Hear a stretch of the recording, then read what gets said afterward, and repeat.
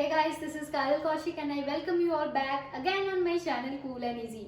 आप सभी को तो याद ही होगा कि पिछले एपिसोड में मैंने आपको सिंपल प्रेजेंट टेंसेस के अफर्मेटिव सेंटेंस के बारे में पढ़ाया था, जो कि उसकी एक कैटेगरी थी। उसकी 3 कैटेगरीज और हैं जिनके बारे में अगर आप लोग पढ़ लेंगे तो आपको सिंपल प्रेजेंट टेंसेस के बीच में किसी भी तरह का कोई जो है कंफ्यूजन नहीं रहेगा। तो चलिए आज हम शुरू करते हैं अपनी नेक्स्ट कैटेगरी से, जो कि है नेगेटिव सेंटेंसेस की। पिछली बार आप सभी लोगों को याद होगा कि अफर्मेटिव सेंटेंसेस को मैंने बोला था कि ये पॉजिटिव सेंटेंसेस कहलाते हैं। जो नेक्स्ट हमारी टाइप है वो नेगेटिव सेंटेंसेस की है। नेगेटिव से आप लोग थोड़ा सा आइडिया लगा ही सकते हैं कि इसमें नो, नॉट, नेवर जैसे जो हैं वर्ड्स का सामना आपको करने को मिलता है। Basically it is about not. तो अब चलिए शुरू कर लेते हैं। नेगेटिव सेंटेंसेस में हमारे रूल में कुछ चेंजेस आते हैं जो कि हमने पिछली बार किए थे। तो चलिए देख लेते हैं नेगेटिव सेंटेंसेस के रूल में क्या डिफरेंस होता है। Subject plus auxiliary verb plus not plus main verb की फर्स्ट फॉर्म प्लस ऑब्जेक्ट। तो जी आप देख रहे हैं नॉट के साथ में मैंने AV लिखा है, जो कि ऑक्सिलरी वर्ब कहलाता है। ऑक्सिलरी वर्ब का मतलब है हेल्पिंग वर्ब, जो कि आपके मेन वर्ब को सपोर्ट देता है। ऑक्सिलरी वर्ब को ही हम लोग इंग्लिश में हेल्पिंग वर्ब कह के भी बुलाते हैं। दूसरा, मेन वर्ब की जानकारी मैं आप लोग को अपने पिछले एपिसोड में दे चुकी हूँ। सब्जेक्ट के बारे में आप सभी लोगों को अब पूरी तरीके से जानकारी हो गई है कि आइदर इट इज सिंगुलर और प्लूरल, इसमें कोई भी चेंजेस नहीं है। अब आ जाते हैं हमारे ऑक्सिलरी वर्ब के ऊपर कि जो हमारा हेल्पिंग वर्ब है वो नेगेटिव सेंटेंसेस में आखिर है क्या। डू और डज के बारे में तो आप सभी ने सुना ही होगा।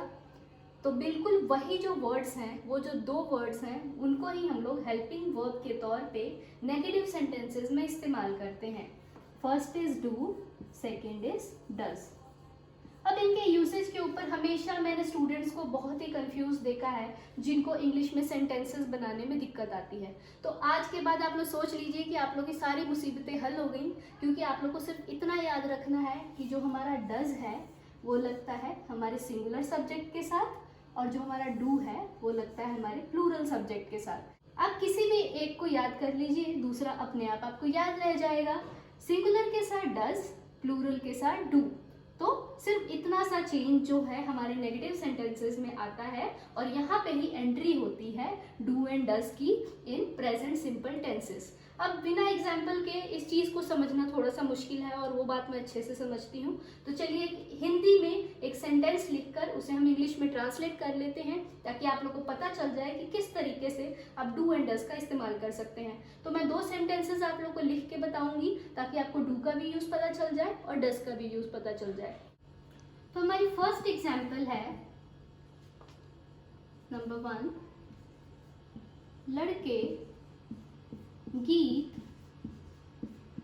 नहीं गाते हैं।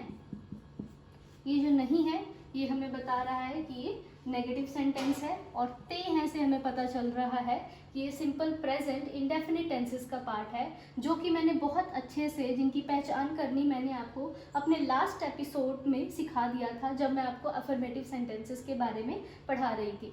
तो चलिए, जैसे मैंने पहले का फर्स्ट जो है आपका थंब रूल, गोल्डन रूल बताया था कि जब भी आपको हिंदी से इंग्लिश में ट्रांसलेट करना है अपने सेंटेंस को, तो आपको इसे भूल जाना है।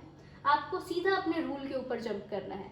बस एक छोटी सी चीज़ आपने यहाँ से पिक करनी है कि आपका सब्जेक्ट क्या है। अब सब्जेक्ट हमारा साफ साफ दिख रहा है कि कौन है, लड़के। लड़के मतलब कि ज़्यादा लड़कों की बात हो रही है, मतलब बॉय नहीं, बॉयज़ की बात हो रही है। तो हमारा सब्जेक्ट आप लोग साफ साफ समझ सकते हैं कि क्या हो गया, प्लूरल। तो यहाँ पे हम लोग अपने सब्जेक्ट से स्टार्ट कर लेंगे, बॉयज़। अब हमारे पास आ जाता है ऑक्सिलरी वर्ब। मैंने क्या बताया था कि जब आपका सब्जेक्ट प्लूरल हो तो आप लोग किस चीज़ का इस्तेमाल करेंगे, डू का इस्तेमाल करेंगे। तो बॉयज़ के बाद क्या आ जाएगा हमारा, डू।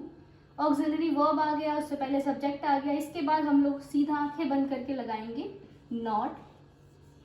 फिर रूल में आप लोग देखेंगे तो नॉट के बाद आपने मेन वर्ब का फर्स्ट फॉर्म लगाना है।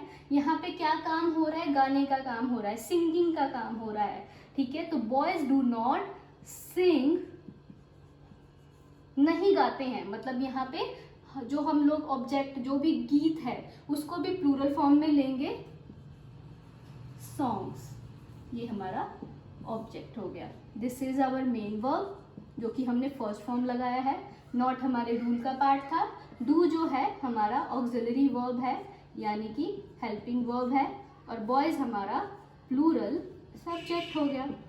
बहुत ही आसानी से मुझे लगता है अब आप लोग इस चीज़ को ग्रैब कर पाएंगे और खुद भी सेंटेंसेस बना के उन्हें इंग्लिश में ट्रांसलेट करने की कोशिश कीजिएगा। जो हमारा नेक्स्ट सेंटेंस है जिसमें मैं आपको डज का इस्तेमाल करके दिखा देती हूँ। रोहन पतंग नहीं